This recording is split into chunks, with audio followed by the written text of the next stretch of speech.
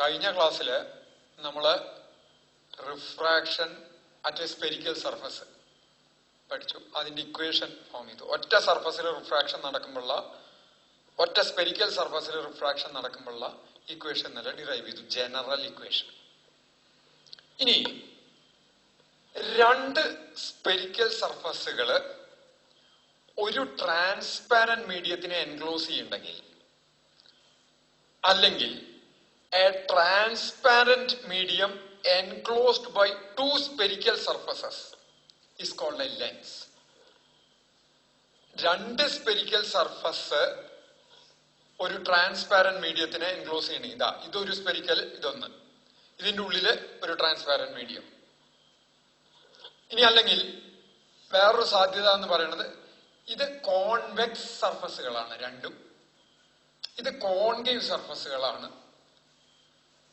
ഇങ്ങനെ വരാം, ഇങ്ങനെ വരാം. ഇവിടെയും രണ്ട് സർഫസുകളാണ്, എങ്ങനത്തെ സ്പെരിക്കൽ സർഫസുകളാണ്, ഇതിന്റെ ഉള്ളില് ഒരു മീഡിയം. ഇനി വേറൊരു സാധ്യത എന്ന് പറയുന്നത്, ഇത് ഇങ്ങനെ തന്നെ ഇരിക്കണു, ഇത് ഇങ്ങനെ ഇരിക്കും, രണ്ട് സ്പെരിക്കൽ സർഫസ്, ഇതിന്റെ ഉള്ളിൽ ഒരു മീഡിയം. ഇനി വേറൊരു സാധ്യത എന്ന് പറയുന്നത്, ഇങ്ങനെ വന്ന് രണ്ടാമത്തെ സർഫസ് പ്ലെയിൻ എന്ന് പറഞ്ഞാൽ അതിന്റെ റേഡിയസ് എന്ന് പറയാ ഓഫ് കർവേച്ചർ എന്ന് പറയുന്നത് ഇൻഫിനിറ്റി ആയിട്ട് വരുന്നു മാത്രം. ഇനി അതേപോലെ ഈ ഭാഗം ഇങ്ങോട്ട് നിന്ന് ഈ ഭാഗം പ്ലെയിൻ ആയിട്ട് വരാം. ഇതിനൊക്കെ ഓരോ പേരുകളുണ്ട്. ഇതിനെ ബൈ കോൺവെക്സ് ലെൻസ് അല്ലെങ്കിൽ കോൺവെക്സ് ലെൻസ് എന്ന് പറയും. ഇതിനെ കോൺകേവ്, ബൈ കോൺകേവ് ലെൻസ് അല്ലെങ്കിൽ വെറുതെ കോൺകേവ് ലെൻസ് എന്ന് പറയും. ഇതിനെ കോൺവെക്സോ കോൺകേവ്, തിരിച്ചു വെച്ച കോൺകേവോ കോൺവെക്സ് രണ്ട് സെയിം തന്നെ. ഇതിനെ പ്ലാനോ കോൺകേവ്, ഇതിനെ പ്ലാനോ കോൺവെക്സ് ലെൻസ് എന്ന് പറയും. അപ്പൊ ലെൻസ് എന്ന് പറഞ്ഞാൽ transparent medium bounded by two spherical surfaces എന്നുള്ളതാണ് അർത്ഥം ഉദ്ദേശിക്കുന്നത്. Transparent medium bounded by two spherical surfaces. അപ്പോ ഒരു ലെൻസിന്റെ മുമ്പില്, അപ്പൊ രണ്ട് സ്പെരിക്കൽ സർഫസ് ഉണ്ടെങ്കിൽ ഒരെണ്ണത്തിന്റെ റേഡിയസ് ഓഫ് കർവേച്ചർ R1 ആയിട്ട് എടുക്കാം, മറ്റേന്റെ റേഡിയസ് ഓഫ് കർവേച്ചർ R2 ആയിട്ട് എടുക്കാം. സാധാരണ നമ്മൾ സ്കൂളിലൊക്കെ ഉപയോഗിക്കുന്ന സാധാരണ ലെൻസുകൾ R1 R2 സെയിം ആയിട്ടാണ് വരിക. ഇനിയിപ്പോ വ്യത്യാസം ഉണ്ടെങ്കിലും കുഴപ്പമൊന്നുമില്ല, സെയിം ആയിക്കോളണം നിർബന്ധമൊന്നുമില്ല, സ്പെരിക്കൽ സർഫസ് ആവണമെന്നുള്ളൂ. അപ്പൊ R1 R2 ആണ്. ആദ്യത്തെ സർഫസിന്റെ R1 ആയിട്ട് എടുക്കാം, രണ്ടാമത്തെ R2 ആയിട്ട് എടുക്കാം. ഇങ്ങനത്തെ ഒരു ലെൻസിന്റെ മുമ്പില് നമ്മള് ഒരു ഓബ്ജക്റ്റ് വെച്ചു എന്ന് വിചാരിക്കാം. ഞാൻ ലെൻസ് ഏതാന്നുള്ളതിനെ പറ്റി ബോധറിയില്ല. ഏതെങ്കിലും ലെൻസിന്റെ മുമ്പില് യു ഡിസ്റ്റൻസിൽ ഒരു ഓബ്ജക്റ്റ് വെച്ചാ, അപ്പൊ ആ ഓബ്ജക്റ്റിന്ന് റേസ് വന്ന ലെൻസിൽ വീഴും. അത് ഒരു മീഡിയത്തിൽ നിന്ന്, ലെൻസിന്റെ ഉള്ളിലുള്ള മീഡിയത്തിന്റെ റിഫ്രാക്റ്റീവ് ഇൻഡെക്സ് N2 ആണെന്ന് വിചാരിക്കാം. Refractive index inside the medium of the lens, അല്ലെങ്കിൽ ആ ട്രാൻസ്പാരന്റ് മീഡിയ ലെൻസിന്റെ മെറ്റീരിയൽ, ആ മീഡിയത്തിന്റെ റിഫ്രാക്റ്റീവ് ഇൻഡെക്സ് N2 ആണെന്ന് വിചാരിക്കാം. Refractive index of material of lens, medium inside the lens, medium inside lens, and N1 be the refractive index in which the lens is kept. ഏത് മീഡിയത്തിലെ lens വെച്ചേക്കണെന്ന് വെച്ചാൽ അതിന്റെ refractive index ആണ് RI എന്ന് പറഞ്ഞ refractive index of the medium in which lens is kept. Lens വെച്ചിരിക്കുന്ന മീഡിയത്തിന്റെ refractive index ആണ്. അപ്പോ ആ N1 എന്നുള്ള മീഡിയത്തില് ഞാൻ U ഡിസ്റ്റൻസില് ഒരു ഓബ്ജക്റ്റ് വെക്കുകയാണ്. അപ്പൊ ആ ഓബ്ജക്റ്റ് റേസ് ലെൻസിൽ ചെന്ന് വീഴും. അത് ലെൻസിൽ കൂടെ കടന്നു പോകുമ്പോ അത് റിഫ്രാക്ഷൻ ആണ്. കാരണം ഒരു മീഡിയത്തിൽ നിന്ന് വേറെ മീഡിയത്തിൽ കിടന്ന് അവിടെ റിഫ്രാക്ഷൻ നടക്കും. അങ്ങനെ അതിന്റെ ഇമേജ് ഫോം ചെയ്യുകയാണെങ്കിൽ let it forms at a distance B. What is the relationship between U, R1, R2, N2, N1 and V? നമ്മൾ ഒറ്റ സർഫസിലാണെങ്കിൽ N1 N2 R U V ഇത് തമ്മിലുള്ള റിലേഷൻ ആണ് കഴിഞ്ഞ ക്ലാസ്സിൽ ഇതായി. ഇവിടെ രണ്ട് സ്പെരിക്കൽ സർഫസ് വരുന്ന R1 R2 വരും. അതെങ്ങനെ കണ്ടുപിടിക്കാം എന്നുള്ളത് നോക്കണം. അപ്പൊ നമുക്ക് നോക്കാം. ആദ്യത്തെ സ്പെരിക്കൽ സർഫസ് എന്ന യു ഡിസ്റ്റൻസിലാണ് ഒബ്ജക്റ്റ് വെച്ചേക്കുന്നത്. ഡെഫിനറ്റ് ആയിട്ടും ആദ്യത്തെ സർഫസ് അതിന്റെ ഇമേജ് എവിടെയാണോ ഒബ്ജക്റ്റ് ഇരിക്കണത് N1 മീഡിയത്തിലാണ്. N2 എന്നുള്ള മീഡിയത്തില് അത് ഒരു ഇമേജ് ഫോം ചെയ്യിക്കും. Let it be at a distance V1. ആദ്യത്തെ സർഫസ് നമ്മള് യു ഡിസ്റ്റൻസിൽ ഒബ്ജക്റ്റ് വെച്ചു. അപ്പോ ആദ്യത്തെ സർഫസ് അതിന്റെ ഇമേജ് ഫോം ചെയ്യും. എവിടെ? സെക്കൻഡ് മീഡിയത്തിൽ, അതായത് N2 എന്നുള്ള മീഡിയത്തിൽ ഫോം ചെയ്യിക്കും. അത് ഒരു ഡിസ്റ്റൻസിൽ ഫോം ചെയ്ത് നിൽക്കാം. ഇനി ഈ ഉണ്ടാക്കുന്ന ഇമേജ് ഏത് image? First surface of the lens, spherical surface of the lens ഉണ്ടാക്കുന്ന ഇമേജ് രണ്ടാമത്തെ സർഫസിനെ ഓബ്ജക്റ്റ് ആയിട്ട് ആക്ട് ചെയ്യണം. എങ്ങനെയാ ഒരു ഇമേജ് ഓബ്ജക്റ്റ് ആയിട്ട് ആക്ട് ചെയ്യുക എന്ന് വെച്ചാൽ, ഞാനൊരു കണ്ണാടിയുടെ മുമ്പിൽ നിൽക്കുക. ഞാൻ അങ്ങനെ നിൽക്കണോ? എന്റെ മുമ്പിൽ ഒരു കണ്ണാടി ഉണ്ട്, ഇതിനെ ഫസ്റ്റ് മിറർ എന്ന് പറയാം. അപ്പൊ എന്റെ ഇമേജ് ആ കണ്ണാടിയിൽ കാണും. ഇനി ഞാൻ കയ്യിലൊരു കണ്ണാടി പിടിച്ചിരിക്കുക നിൽക്കുക. ആ കണ്ണാടി അതിനെ സെക്കൻഡ് മിറർ എന്ന് പറയാം. കയ്യിൽ പിടിച്ച കണ്ണാടിക്ക് സെക്കൻഡ് മിറർ എന്ന് പറയാം.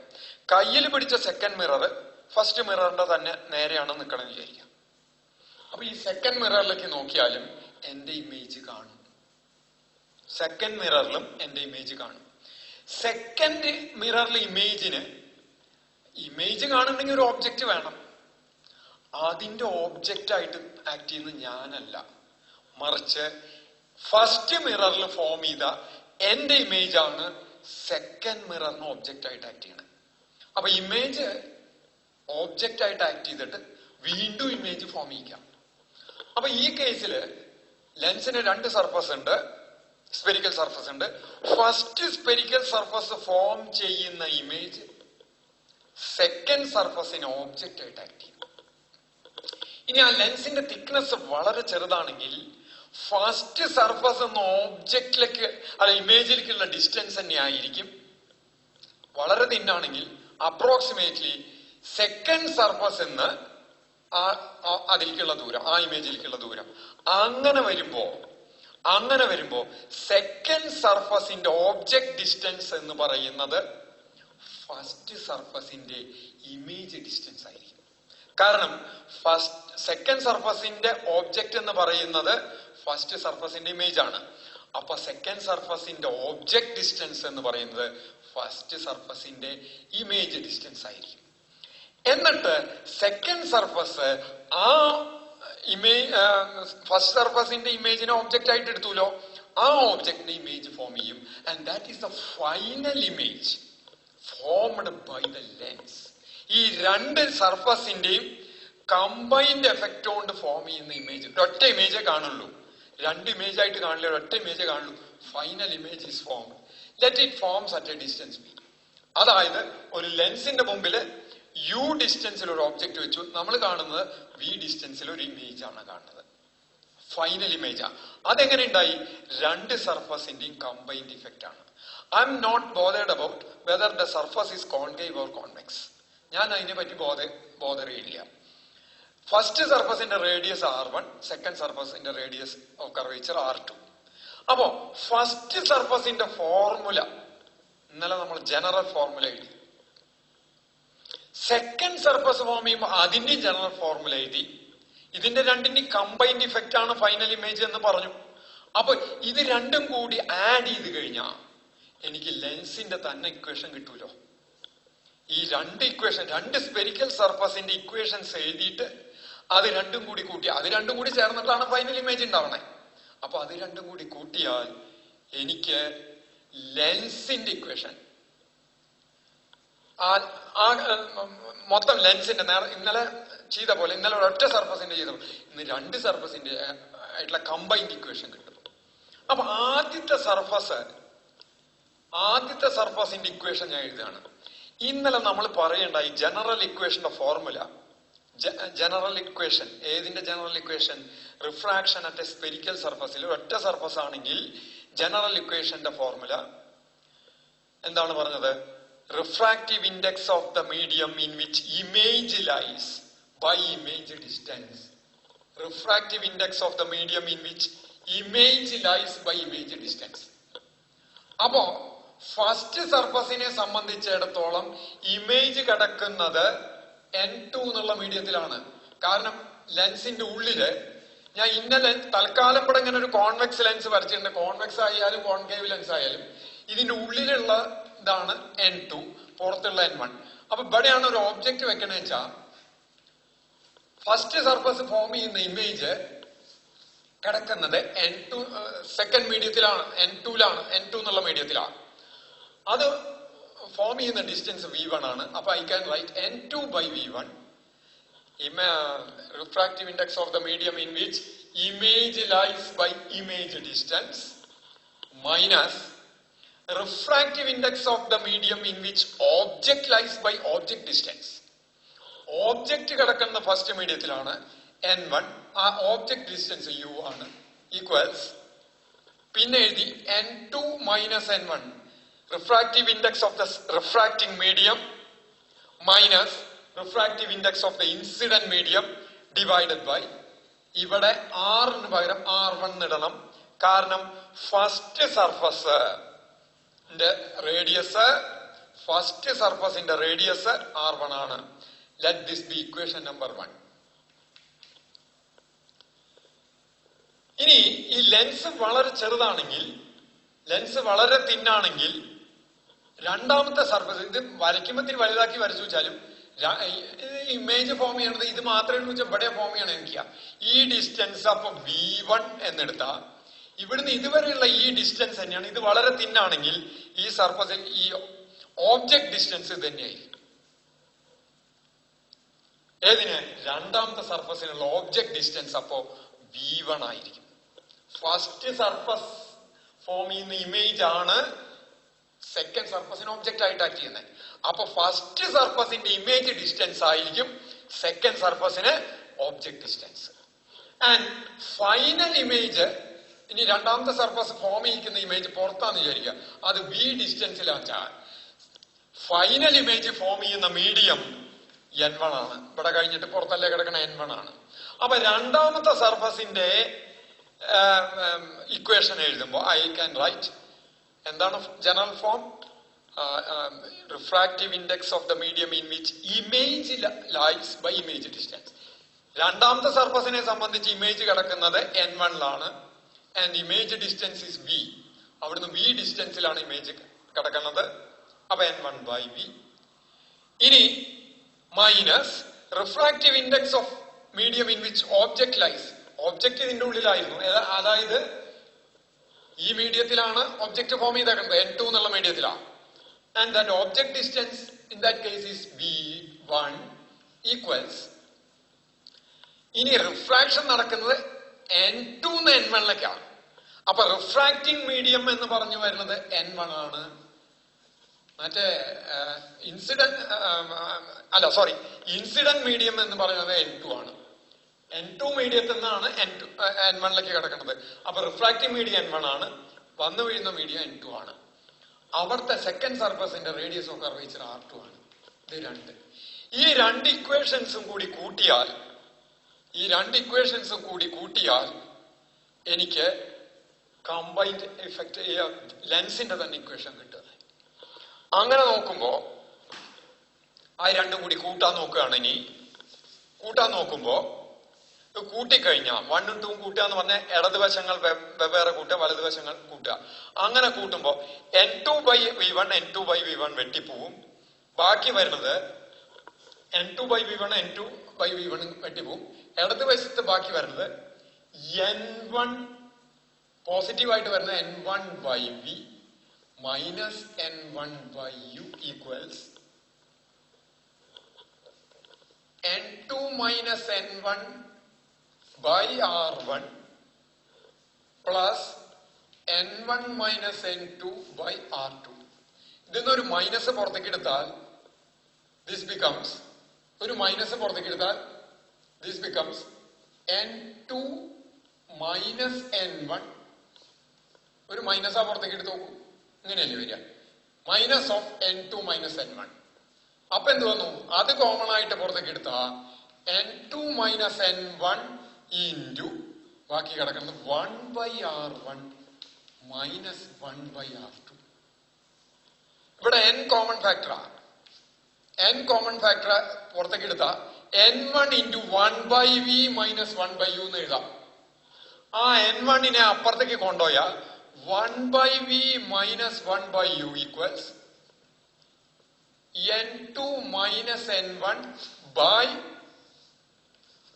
n1 into 1/r1 minus 1/r2 എന്ന് വരും. ഈ റിലേഷൻ പ്രകാരം നമുക്ക് v കാൽക്കുലേറ്റ് ചെയ്യാൻ പറ്റും. ഈ റിലേഷൻ പ്രകാരം v കാൽക്കുലേറ്റ് ഏത് ഡിസ്റ്റൻസിൽ ഇമേജ് ഫോം ചെയ്യണമെന്ന് കാൽക്കുലേറ്റ് ചെയ്യാൻ പറ്റും. ഇനി if the object is at infinity, നമ്മൾ മിററിൽ പറയണ്ടായി ഓബ്ജക്റ്റ് ഇൻഫിനിറ്റിയിലാണ് കിടക്കുന്ന വെച്ചാൽ വരുന്ന റേസ് പാരലലായിരിക്കും. ഉദാഹരണം, സണ്ണിന്ന് വരുന്ന റേസ് വെയിലത്ത് നമ്മൾ നിന്ന് നമ്മുടെ നിഴലിന് നമ്മുടെ അതേ സൈസ് ആയിരിക്കും, കാരണം റേസ് പാരലല.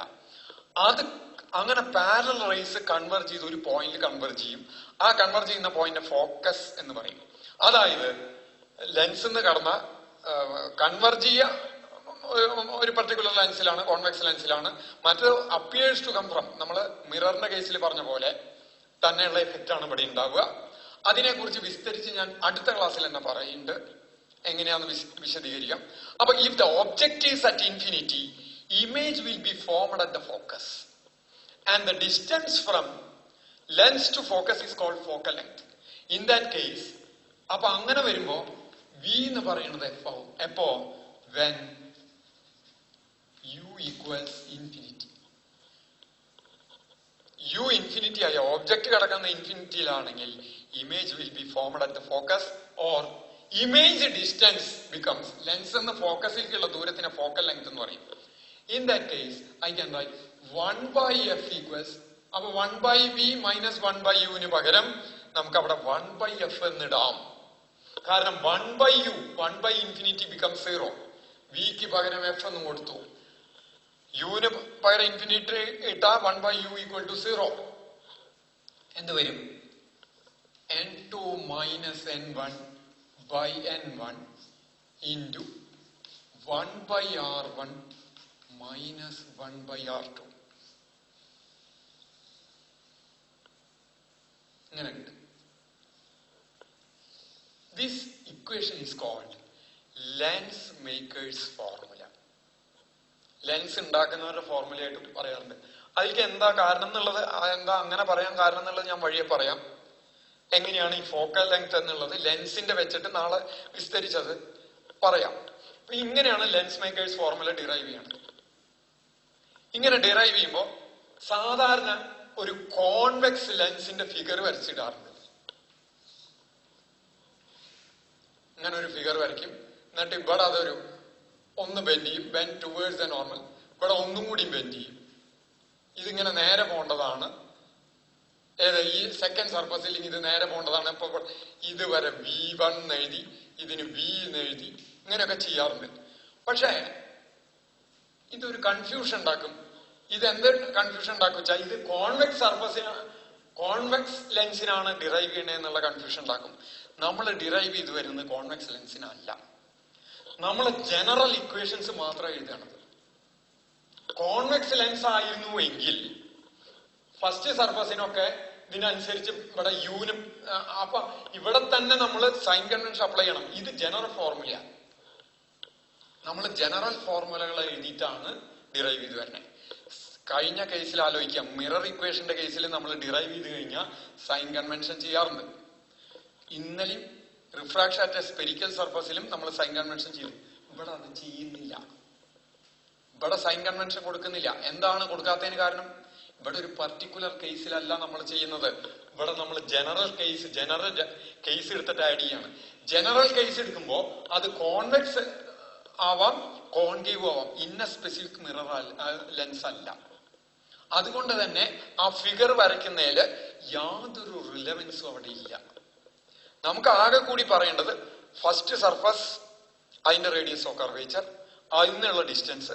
അത് ഈ ലെൻസ് തിന്നാണെങ്കിൽ മാത്രം ഈ V1, ലെൻസിന് നല്ല തിക്കാണെങ്കിൽ ഇത് V1 അല്ല വരിക, ആ വാല്യൂന് വ്യത്യാസം വരും. തിൻ ലെൻസ് ഫോർമുല എന്ന് ഇതിനെ പറയാറുണ്ട്. തിൻ ആവുമ്പോഴാണ് ഈ അപ്രോക്സിമേഷനിൽ ഈ V1 ക്യാൻസൽ ചെയ്ത് പോവുക. അപ്പോ നമ്മൾ പറഞ്ഞു വരുമ്പോ ബ്രീഫായിട്ട് ഇങ്ങനെ പറഞ്ഞാൽ മതി. ലെൻസ് മേക്കേഴ്സ് ഫോർമുല ഡിറൈവ് ചെയ്യാൻ പറഞ്ഞാൽ ഇങ്ങനെ പറഞ്ഞാൽ മതി. An object is kept. Let R1 and R2 be the radius of curvatures of two spherical surfaces, and N2 be the refractive index of the medium inside the lens, which is kept in a medium N1. An object is kept at a distance U from the first face, so that its image is formed at a distance V1. This image act as, ഇത് first ഇതിലെന്തായി V1 എന്ന് പറഞ്ഞു കഴിഞ്ഞാൽ ഉടനെ equation എഴുതുക. അത് കഴിഞ്ഞ് this image act as object for second surface and the final image is formed at a distance V.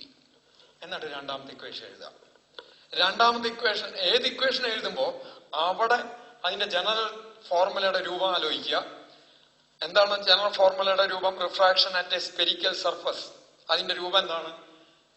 Refractive index of the medium in which image lies by image distance minus refractive index of the medium in which object lies by object distance equals refractive index of the refracting medium minus refractive index of the incident medium by radius of curvature. എന്നിട്ട് ഈ രണ്ടാമത്തേതായി combine these two equations. കാരണം രണ്ട് സർഫസുകളും combine ചെയ്തിട്ട് image കിട്ടണേ. അപ്പൊ equations combine ചെയ്ത് അപ്പൊ നമുക്ക് reduce ചെയ്തുകൊണ്ടിരുമ്പോ 1/V minus 1/U equals N2 minus N1 into 1/R1 minus 1/R2 എന്ന് കിട്ടി. ഇതിലൊരു കാര്യം കൂടി ചെയ്യാം. If the first medium is air, first medium air ആണെങ്കിൽ N1 പകരം 1 കൊടുക്കാം. And N2 becomes N. ആ കേസിൽ എന്ത് വരും? 1/F equals N minus 1 into 1/R1 minus 1/R2 എന്ന് എഴുതാം. N minus 1 into 1/R1 minus 1/R2 എന്ന് എഴുതാം. Okay. If the object is at infinity, image will be formed at the focus and the image distance becomes focal length. എന്താണ് ലെൻസിന്റെ focal length എന്നുള്ളത്, focus എന്താന്നുള്ളതൊക്കെ അടുത്ത ക്ലാസ്സിൽ പറയാം. തൽക്കാലം ഇവിടെ നിർത്താം.